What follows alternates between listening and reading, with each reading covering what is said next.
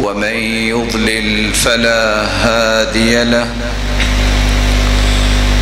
وأشهد أن لا إله إلا الله وحده لا شريك له وأن محمدًا عبده ورسوله يا أيها الذين آمنوا اتقوا الله حق تقاته ولا تموتن إلا وأنتم مسلمون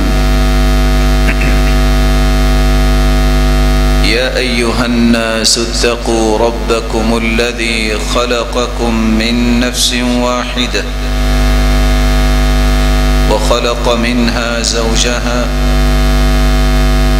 وبث منهما رجالا كثيرا ونساء واتقوا الله الذي تساءلون به والأرحام إن الله كان عليكم رقيبا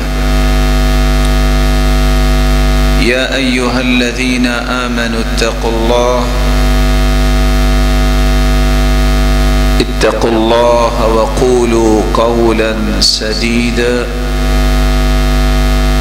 يصلح لكم أعمالكم ويغفر لكم ذنوبكم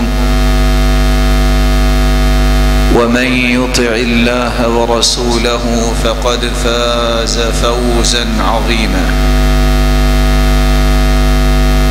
أما بعد فأعوذ بالله من الشيطان الرجيم سبحان الذي أسرى بعبده ليلا من المسجد الحرام إلى المسجد الأقصى الذي باركنا حوله وقال الحق سبحانه وتعالى ومن يعظم شعائر الله فإنها من تقوى القلوب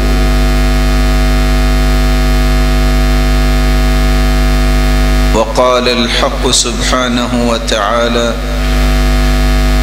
لتجدن أشد الناس عداوة للذين آمنوا اليهود والذين أشركوا لائق صد تکریم سامعین مکرم، اللہ ذوالجلال ہم سب کے خالق و مالک اور رازق ہیں۔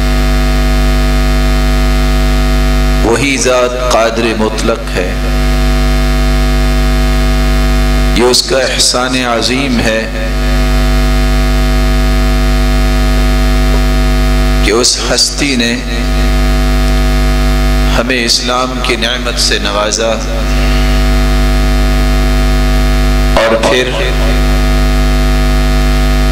علم و دانش سے محبت نصیب فرمائی۔ انسانیت میں سے ہر وہ شخص جس کے پاس وحی کا علم ہو، جس کے پاس انبیاء و رسول کی محبت ہو، جس کے پاس اللہ ذوالجلال کے شعائر کی محبت ہو،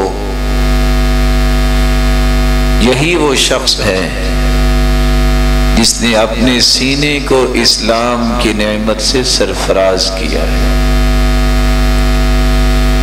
اور اس کی گواہی خود قرآن دے رہا ہے وَمَن يُعَظِّمْ شَعَائِرَ اللَّهِ فَإِنَّهَا مِن تَقْوَى الْقُلُوبِ۔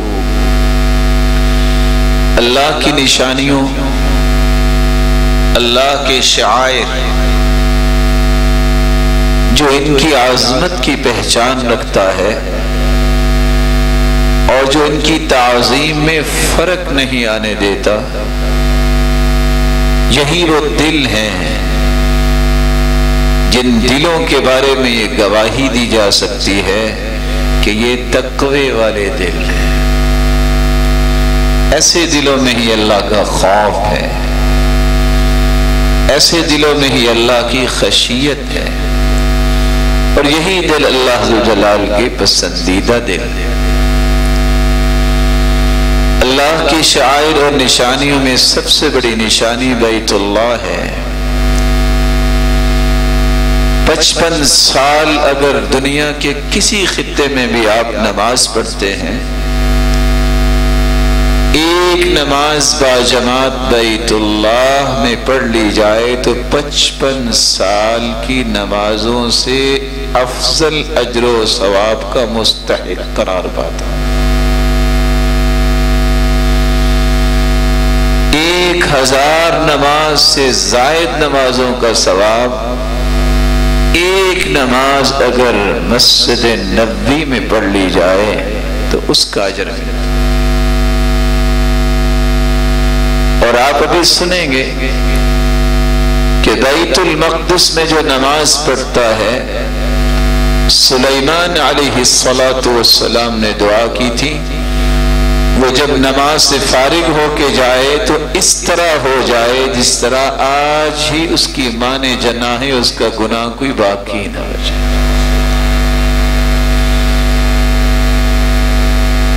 مسجد قباء کے بارے میں اللہ ذوالجلال نے یہ فیصلہ سنوایا اپنے پیغمبر کے ذریعے، من تطہر فی بیتہ ثم اتی مسجد قباء، جو باوضو ہو کے مسجد قباء کی طرف آتا ہے اور 2 رکعتیں پڑھ لیتا ہے، پڑھتا 2 رکعتیں مدینے میں ہے مسجد قباء میں، لیکن اجر اسے عمرے کا ملتا ہے۔ یہ اللہ کی نشانی ہے۔ یہ میدان عرفات جہاں آدم علیہ السلام اور حواء علیہ السلام کا تعارف ہوا، بلکہ مفسرین تو لکھتے ہیں کہ اللہ نے جب جتنی مخلوق پیدا کرنی ہے، اس مخلوق کی روحوں کو بکھیرا تھا، تو میدان عرفات میں جب وعدہ لیا تھا الست بربکم، تو تمام روحوں نے کہا تھا بلا اللہ آپ ہمارے رب ہیں۔ یہ نشانیاں ہیں۔ مساجد بھی اللہ ذوالجلال نے اسلام کے شعائر بنائے۔ اہل علم، علماء، یہ اسلام کی عظمت کو باقی رکھنے کے لیے جنہوں نے زندگیاں وقف کی ہیں، صالح اور نیک اور پارسا لوگ، یہ اللہ کی نشانیاں ہیں۔ اللہ تعالیٰ ہمیں ان کی قدر کرنے کی توفیق عطا فرمائے۔ آج کے خطبے میں میں جس شعیرہ کی بات کرنے جا رہا ہوں اس کو بیت المقدس کہا جاتا ہے۔ فلسطین اور شام کا یہ علاقہ، اسلام میں اس کی کتنی عظمت ہے، اور رسول اکرم صلی اللہ علیہ وسلم نے اس کے بارے میں کیا کچھ فرمایا ہے، اور امت مسلمہ اس وقت کس پریشانی کا شکار ہونے کے باوجود بھی سستی اور غفلت کی نیند سو رہی ہے اور بزدلی دکھا رہی ہے، اور مجھے اور آپ کو ایسے ماحول میں ذمہ داری کیا ادا کرنی چاہیے، یہی چند نکات ہیں جس پہ آج ہم گفتگو کریں۔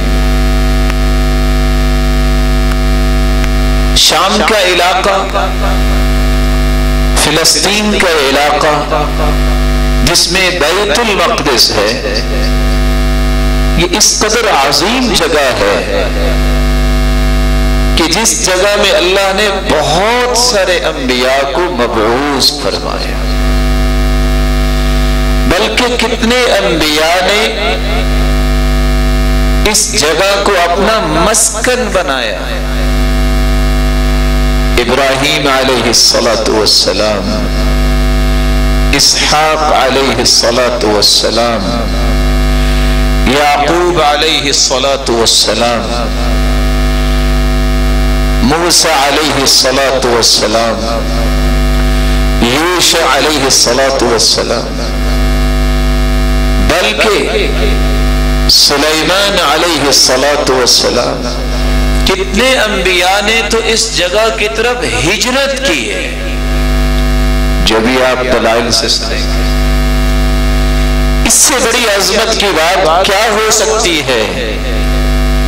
یہ وہ واحد جگہ ہے جہاں 1,24,000 پیغمبروں کا اجتماع ہوا تو اسی جگہ پہ ہوا۔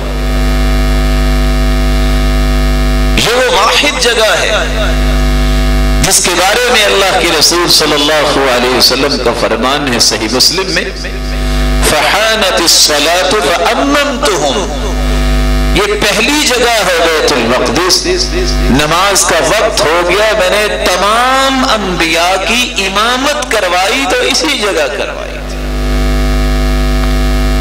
یہ وہی جگہ ہے جب اللہ ذو جلال نے اپنے پیغمبر کو معراج کی سیر کروانی تھی، جب معراج کروانا چاہی تو مکہ سے پہلے بیت المقدس لایا گیا۔ روایت بتلاتی ہے گدھے سے بڑی اور گھوڑے سے چھوٹی ایک سواری لائی گئی سفید رنگ کی، جس کو براق کہتے ہیں۔ جبریل بھی اس پہ سوار ہوئے اور سید المرسلین بھی اس پہ سوار ہوئے۔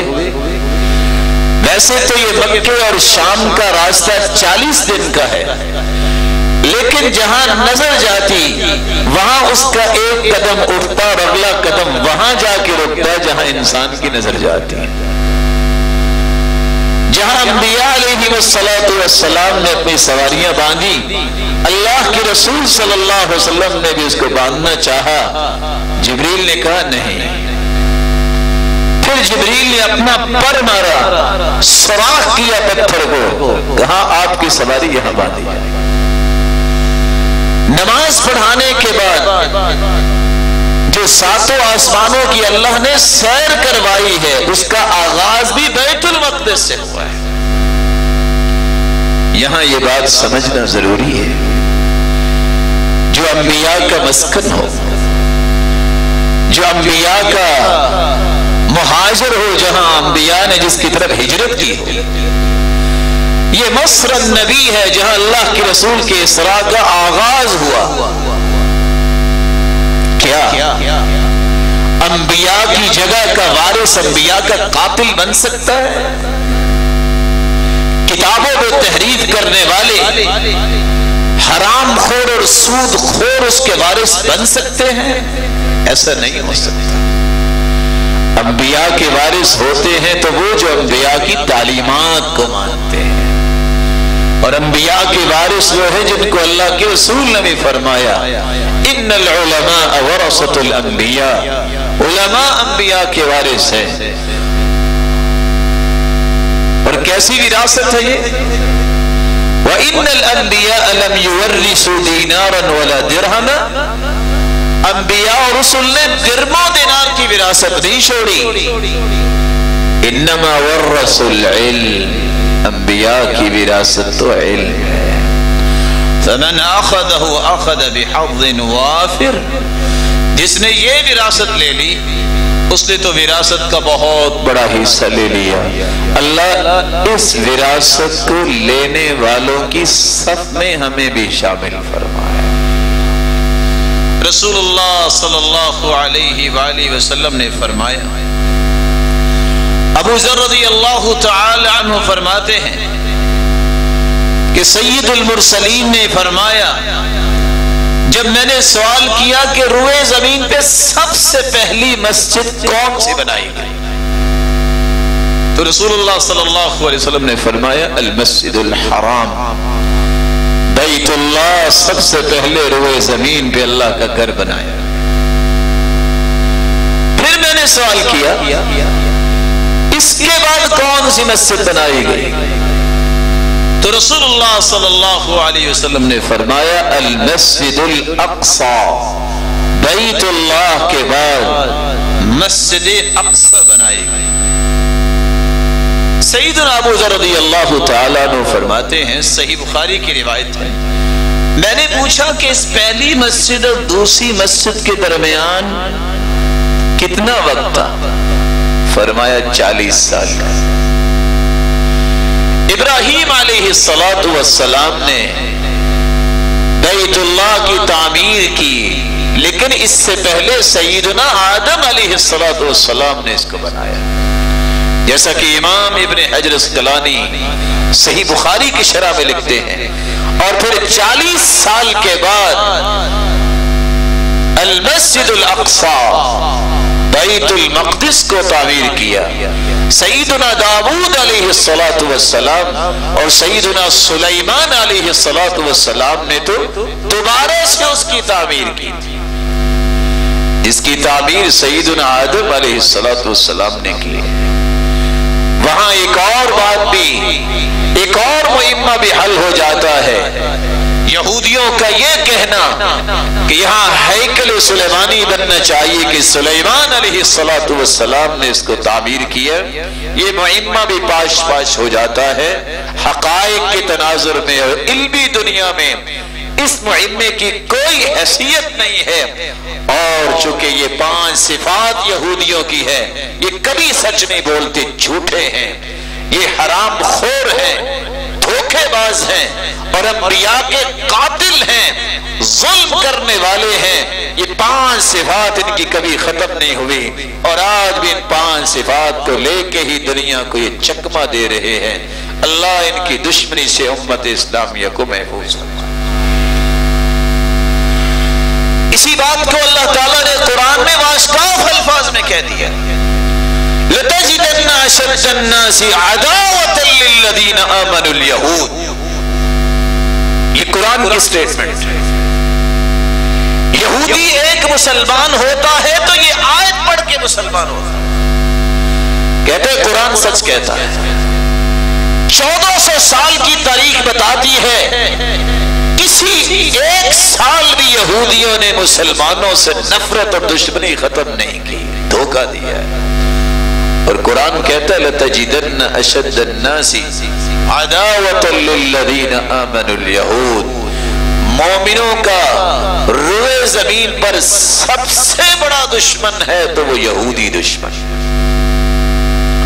رسول اکرم صلی اللہ علیہ وآلہ وسلم پر یہ قرآن کی آیت اتری، اور آپ صلی اللہ علیہ وآلہ وسلم نے اپنے زمانے میں بھی اس لیے ان کو مدینے میں نہیں رہنے دیا۔ یہ کبھی شرارت سے باز نہیں آتے، یہ کبھی دھوکے سے باز نہیں آتے، یہ انبیاء کے قاتل جو ہیں کبھی حرام خوری سے باز نہیں آتے۔ کاش ان لوگوں کو بھی سمجھ آ جائے جو سمجھتے ہیں کہ شاید ان سے تعلق بنانے میں کوئی مسئلہ حل ہو جائے گا۔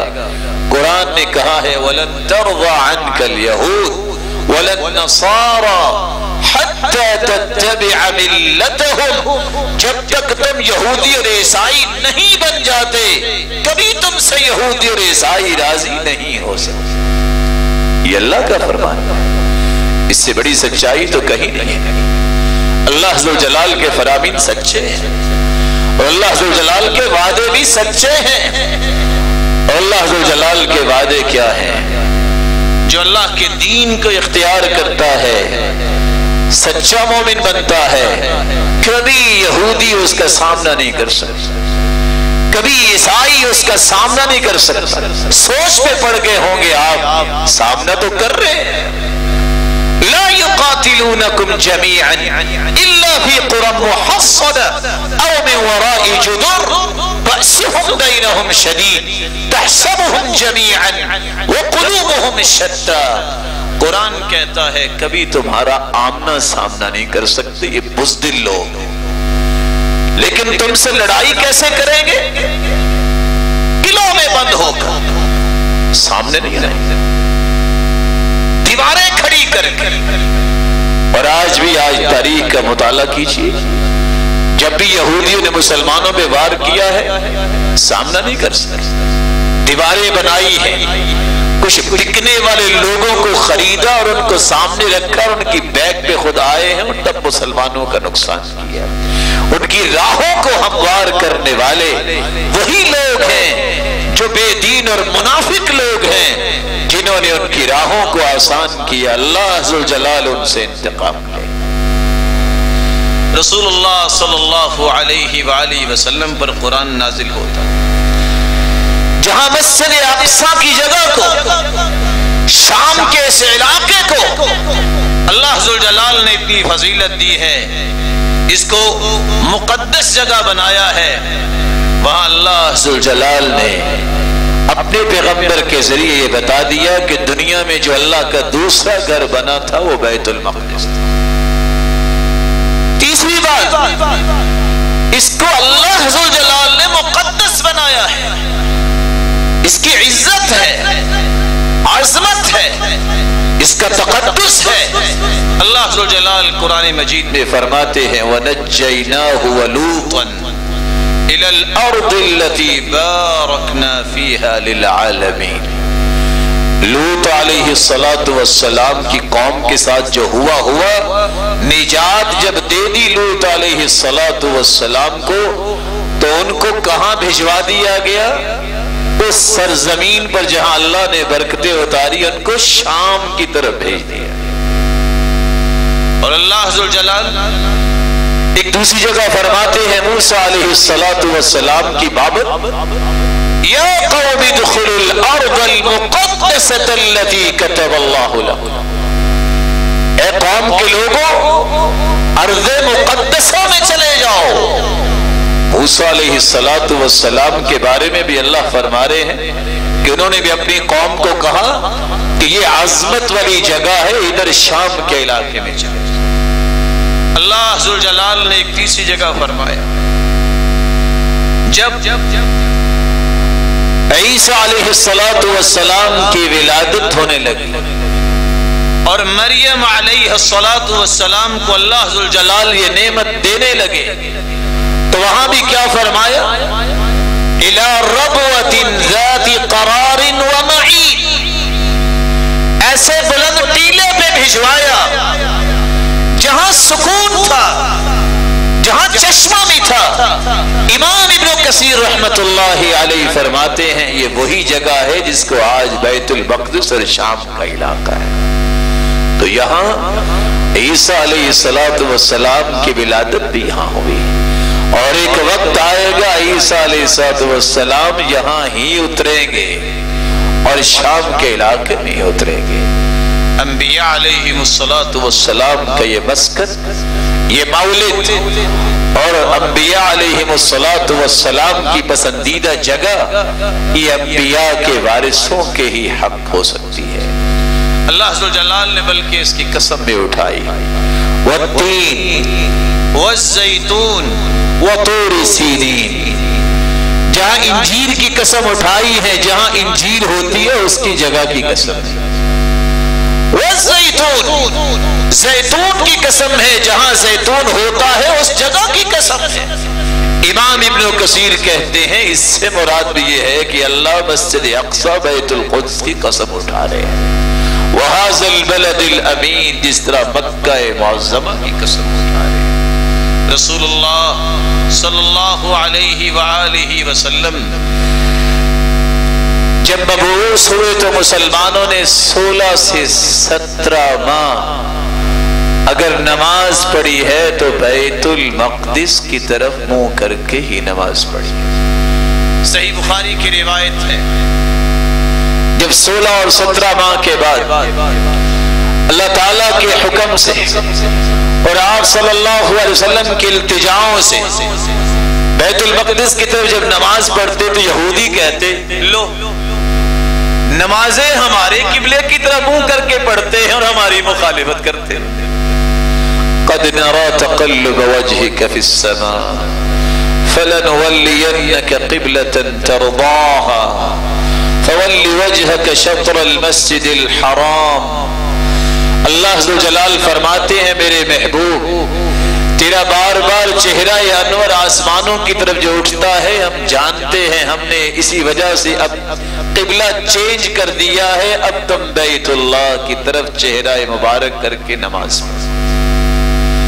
کچھ لوگوں کو یہ تعجب ہوا کہ جو 16-17 ماہ نمازیں ہوئی ہیں ان کا کیا بنے گا؟ اور خصوصاً جب وہ لوگ اس 16-17 ماہ میں اللہ کے پاس چلے گئے، انہوں نے تو نیا قبلہ جو ہے اس کی طرف منہ کر کے نماز ہی نہیں پڑھی، ان کا کیا بنے گا؟ اللہ عز و جلال نے قرآن اتار دیا، اللہ ان کی عبادتوں کو بھی ضائع نہیں کرے گا، کیونکہ وہ اللہ کے حکم کے مطابق ہی نمازیں پڑھیں۔ رسول اللہ صلی اللہ علیہ وآلہ وسلم نے اس لیے اس جگہ کے بارے میں فرمایا تھا، لا تشد الرحال الا الى 3 مساجد۔ برکت کے حصول کے لیے، اجر و ثواب کی نیت سے اگر کسی مسجد کی طرف رخت سفر باندھا جا سکتا ہے تو دنیا کی 3 مساجد، ایک بیت اللہ ہے، ایک مسجد نبوی ہے، اور ایک بیت المقدس مسجد اقصی ہے۔ تو رسول اللہ صلی اللہ علیہ وآلہ وسلم نے تقرب الہی کے لیے اور برکت اور اجر و ثواب کے لیے خاص طور پر سفر، رخت سفر باندھنے کی جو اجازت دی ہے وہ ان 3 مساجد کی۔ رسول اللہ صلی اللہ علیہ وآلہ وسلم نے فرمایا، جب مجھے بیت المقدس پہنچایا گیا، جب میں واپس آیا، مکے والوں کے لیے بہت بڑی خبر تھی۔ اللہ ذو جلال نے وہاں بھی میری کیسی مدد کی؟ وہ سوال کرتے تھے کہ آپ مسجد اقصی میں گئے، اچھا بتاؤ اس کے دروازے کتنے ہیں؟ میرے مالک نے مجھے وہاں بھی چھوڑا نہیں، مسجد اقصی کو میرے سامنے لا کے کھڑا کر دیا، میں گنتا جاتا اور ان کو بتاتا جاتا۔ بلکہ اگر یہ کہا جائے تو آج کل کے دور میں سمجھنے کے لیے کہا جا سکتا ہے، سب سے پہلے اللہ ذو جلال نے صدیق کو صدیق بنایا ہے تو اس مسجد کی تصدیق کی وجہ سے ابو جہل گیا تھا ابو بکر کے پاس رضی اللہ عنہ، اور کہنے لگا کیوں بھئی کوئی راتوں رات پہاڑوں پہ چڑھتا اور وادیوں میں اترتا مسجد اقصی جا سکتا ہے؟ اب وہ جانتے تھے کہ 40 دن کا رستہ، کہا ایسا تو نہیں ہو سکتا۔ کہا یہ ہو سکتا ہے کہ کوئی کہے کہ 7 آسمانوں کی سیر بھی کر لیے؟ کہا ایسا تو نہیں ہو سکتا۔ کہا لگا کہ ابو جہل ہنستا ہے، جانتے ہو یہ کس نے دونوں باتیں کہی ہیں جس کو تم نبی مانتے ہو؟ کہا اگر اس ہستی نے کہا ہے تو دونوں ہی ہو سکتے، کوئی معیار استعمال نہیں کیا، عقل کی بات ہی نہیں پوچھی کہ عقل سوچے کرے، محمد مصطفیٰ نے کہہ دیا ہے، فرمایا فَإِنِّي أُصَدِّقُهُ فِي مَا هُوَ أَبْعَدُ مِنْ ذَلِكَ۔ اگر اس سے بڑی بات بھی کوئی کہہ دے، محمد مصطفیٰ کی زبان اس سے بڑی بھی بات کہہ دے تو میں اس کو بھی ماننے کو تیار ہوں۔ اور روایت بتاتی ہے کہ اللہ تعالیٰ نے کیسے دیوار پہ اس مسجد اقصی کو پیش کر دیا، جس کو دیکھ دیکھ کے رسول اکرم صلی اللہ علیہ وسلم نے کافروں کے اور مشرکوں کے جوابات دیے۔ رسول اللہ صلی اللہ علیہ وسلم کے صحابی بیان کرتے ہیں، تذاکرنا ونحن عند رسول اللہ صلی اللہ علیہ وسلم، ہم بیٹھے آپس میں بات کر رہے تھے اور بات کرتے کرتے اس بات پہ پہنچے، ایہما افضل مسجد رسول اللہ او مسجد بیت المقدس؟ مسجد نبوی افضل ہے کہ مسجد اقصی افضل ہے؟ صحابہ کہتے ہیں جب ہماری بات ہوئی تو رسول اکرم صلی اللہ علیہ وآلہ وسلم نے فرمایا، صلاة فی مسجد ھذا افضل من 4 صلوات فی، 4 نمازیں بیت المقدس میں پڑھیں تو میری مسجد میں نماز پڑھی گئی ان 4 نمازوں سے افضل۔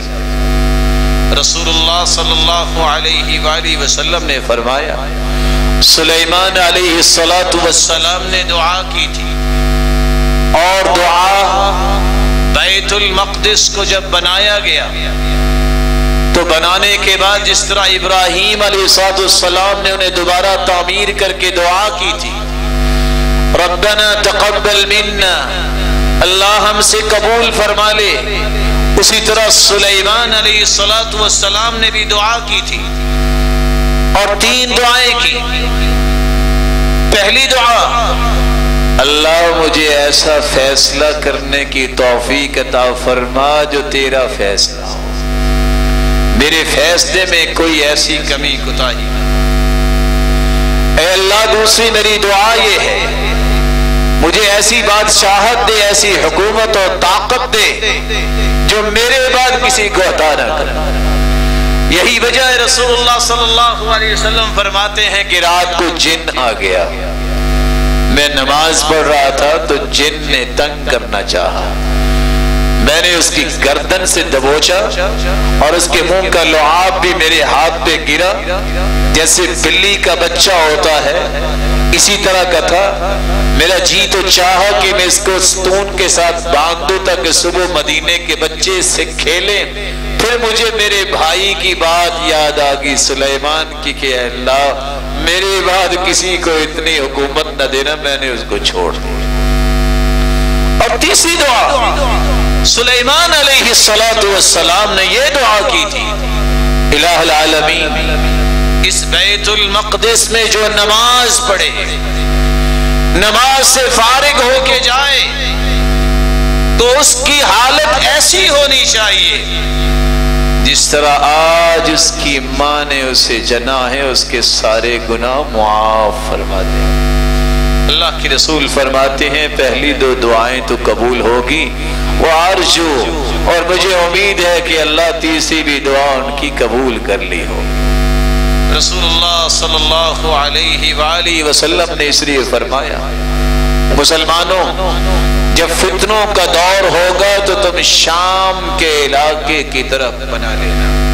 صحابی روایت کرتے ہیں انی رأیت کأن عمود الكتاب انتزع من تحت وسادتی فأتبعته بصری فإذا هو نور ساطع،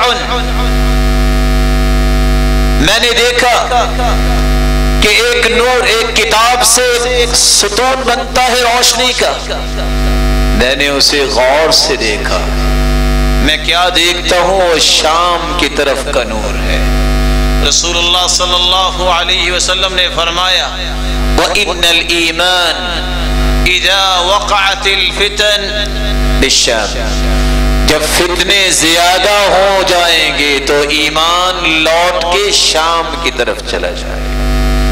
رسول اللہ صلی اللہ علیہ وآلہ وسلم کہ صحابی زید رضی اللہ تعالیٰ عنہ ایک اور بات فرماتے ہیں، کہتے ہیں میں کاغذات کو اکٹھا کر رہا تھا جب میں قرآن لکھتا تھا جو اس وقت میسر تھا۔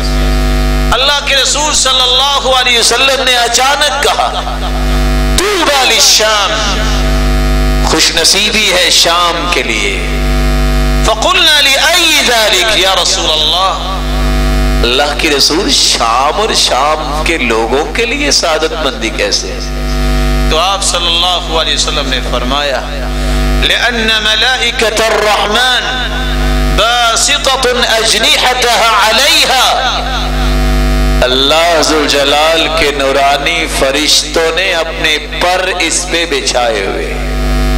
رسول اللہ صلی اللہ علیہ وآلہ وسلم نے یہاں تک فرمایا مسلمانوں ایک وقت آئے گا ان تکونوا جنودا مجندہ جند بالشام وجند بالیمن وجند بالعراق، مسلمان تمہاری فوجیں منقسم ہوں گی، ایک لشکر یمن میں ہوگا، ایک شام میں ہوگا، ایک عراق میں ہوگا۔ صحابی نے سوال کر دیا اللہ کی رسول ہم کس لشکر میں جائیں اگر ہم وہاں ہوں تو؟ فرمایا علیک بالشام، تم شام کے لشکر میں شامل ہونا، فإنها خیرۃ اللہ من ارضی، سب سے بہترین جگہ اللہ نے اس جگہ کو بنایا ہے، یجتبی الیہا خیرتہ من عبادی، اس جگہ کی طرف جائیں گے بھی وہ لوگ جو اس وقت کائنات کے بہترین لوگ ہوں گے۔ رسول اللہ صلی اللہ علیہ وآلہ وسلم نے اس حدیث کے اندر بھی اس بات کا اشارہ کر دیا، جب فتنے بڑھ جائیں گے تو شام کی طرف جانے کی رغبت اور ترغیب بھی مسلمانوں کو ملے۔ رسول اللہ صلی اللہ علیہ وسلم نے اس جگہ کے بارے میں ایک اور بات بھی فرمائی، فرمایا دجال آئے گا، ما من ارض الا سيطأ، کائنات کے چپے چپے پہ دجال جائے گا، لیکن اگر دجال داخل نہیں ہو سکے گا، نہ وہ مسجد حرام میں داخل ہو سکے گا، نہ وہ مسجد اقصی میں داخل ہو سکے گا، نہ وہ طور کا جو پہاڑ ہے وہاں جا سکے گا، اور نہ ہی وہ مدینہ میں داخل ہو سکے گا۔ رسول اللہ صلی اللہ علیہ وآلہ وسلم نے فرمایا تھا ایک وقت آنے والا ہے اور آج وہ نظر آ رہا ہے، یوشک اہل العراق اللہ یجبا الیہم قفیز ولا درہم، ایک وقت آئے گا عراق کی یہ کیفیت ہوگی، وہاں کوئی پیمانہ نہیں ہوگا، کوئی درم و دینار نہیں ہوگا، قسم پرسی کے حالات وہاں آئیں گے۔ پھر آپ نے فرمایا، اللہ کی رسول صلی اللہ علیہ وسلم نے، ایک ایسا وقت آئے گا، شام پر بھی وقت آئے گا جب وہاں بھی کوئی شخص مال و متاع نہیں رکھتا ہوگا، مسلمانوں پہ یہ مصیبتیں آئیں گی۔ ساتھ ہی رسول اللہ صلی اللہ علیہ وسلم سے جب سوال کیا گیا یہ مصیبتیں آئیں گی تو کن کی وجہ سے، فرمایا یہ عجمیوں کی وجہ سے آئیں گی یا رومیوں کی وجہ سے آئیں گی۔ اور آج وہی لوگ جو عربی نہیں ہیں اور وہی لوگ جو یہودی ہیں، انہوں نے آج ان کی زندگی کو تنگ کر رکھا۔ یہاں رک کے ایک بات سمجھنے والی، اسرائیل یہ یعقوب علیہ السلام کا نام ہے، اور قرآن مجید میں اس کا تذکرہ بھی اللہ تعالیٰ نے کیا ہے۔ اس لیے دیکھیے یہودیوں کا مکر، ان کو چاہیے تھا اس کا نام رکھتے کہ یہ یہودیوں کا ملک ہے، انہوں نے اس کا نام اسرائیل رکھا ہے۔ لوگ اس لیے انجانے میں کہہ دیتے ہیں اللہ اسرائیل پہ لعنت کرے، نہیں، اللہ یہودیوں پہ لعنت کرے۔ اسرائیل تو یعقوب علیہ السلام کا نام ہے، اس لیے ان کے مکر کو بھی سمجھنا چاہیے، اور ان کی مکاری سے بچتے ہوئے کہیں ایسی بات بھی نہیں کہنی چاہیے کہ کہیں وہ انبیاء کی طرف منسوب نہ ہو جائے۔ رسول اللہ صلی اللہ علیہ وآلہ وسلم نے ایک اور بات بھی فرمائی۔ رسول اللہ صلی اللہ علیہ وسلم نے فرمایا، جب کہا گیا کہ جنگ تو ختم ہو گئی ہے، گھوڑے بھی صحابہ نے چھوڑ دیے ہیں، اب کیا جنگ ہونی ہے؟ فرمایا نہیں، ایک وقت آئے گا جنگ ہوگی، اور وہ فیصلہ کن جنگ ہوگی جس کو الملحمۃ العظمیٰ کہا گیا ہے۔ ملحمہ گوشت کے ٹکڑے اڑیں گے، یہ وہ وقت آنے والا ہے، یہ اللہ ہی جانتا ہے کہ اس کی شروعات ہے یا کب یہ ہوگا۔ وہ وقت ہوگا جب مسلمانوں کو اللہ فتح یاب کرے گا، وہ وقت ہوگا جب ایک ایک یہودی کو چن چن کے مارا جائے گا، وہ وقت ہوگا جب پوری کائنات پہ عدل کا نظام ہوگا، عیسیٰ علیہ السلام دنیا میں دوبارہ ان کو بھیجا جائے گا آسمانوں سے۔ رسول اللہ صلی اللہ علیہ وآلہ وسلم نے فرمایا، ایک وقت آنے والا ہے، قیامت بھی جب آئے گی، تحشر الناس، لوگوں کو جمع کیا جائے گا۔ قالوا یا رسول اللہ، اے اللہ کے رسول صلی اللہ علیہ وسلم ہمارے لیے پھر حکم کیا ہے؟ فرمایا علیکم بالشام، یمن کے علاقے حضرموت سے ایک آگ نکلے گی، وہ پوری کائنات کو آگے لگا کے میدان محشر کی طرف لے جانا چاہے گی۔ صحابی سوال کرتے ہمارے لیے حکم کیا ہے؟ آپ نے فرمایا تمہارے لیے حکم یہ ہے تم شام کے علاقے میں چلے جانا. اور شاید کہ آثار بھی اس بات کی طرف اشارہ کرتے ہیں کہ قیامت بھی وہاں قائم ہوگی. دجال کو بھی اللہ قتل کروائے گا. کن کے ہاتھوں سے اور کس جگہ پہ؟ روایت بتلاتی ہے کہ باب لد میں ہی عیسیٰ علیہ السلام اسے قتل کریں گے. اور یہ بھی یہی جگہ ہے جس کو آج اسرائیل کے نام سے آپ یاد کرتے ہیں اور آج بھی تل ابیب کے نام سے دیکھتے ہیں کہ ایسی جگہ ہے. اسی جگہ پہ بیت المقدس کے ارد گرد ہی عیسیٰ علیہ السلام اس کو قتل کریں گے. ہوگا کیا؟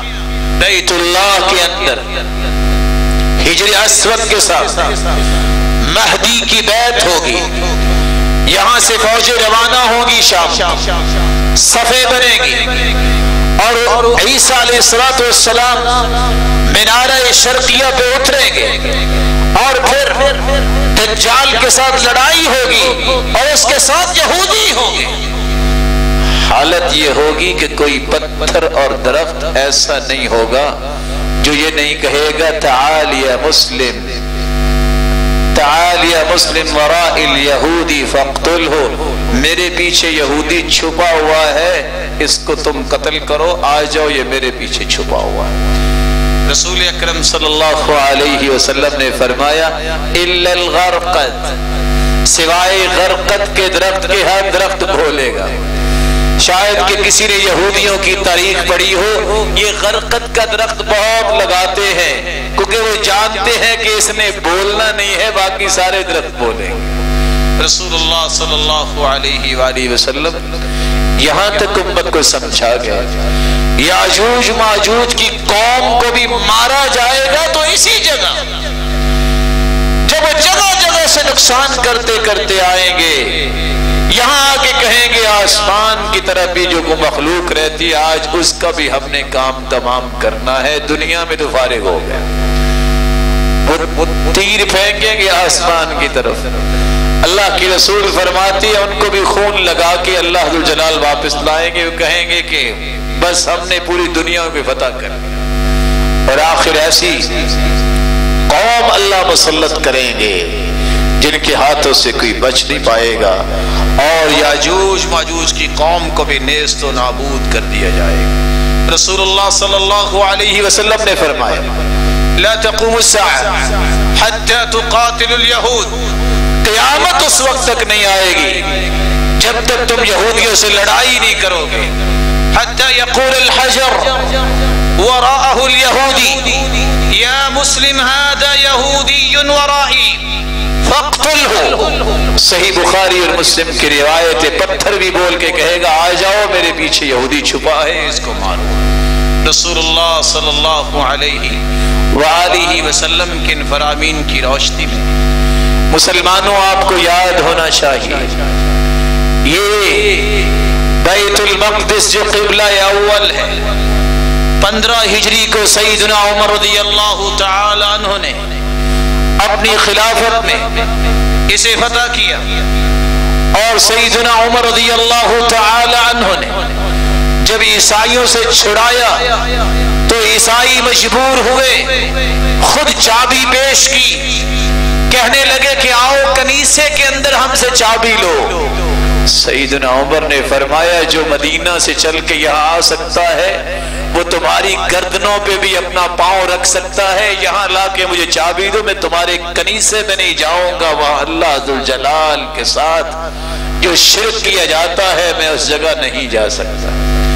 سیدنا عمر رضی اللہ تعالی عنہ کا اسی جگہ پہ استقبال کیا گیا، اور سیدنا عمر رضی اللہ تعالی عنہ یا ایک نہیں 4 بار تشریف لے گئے.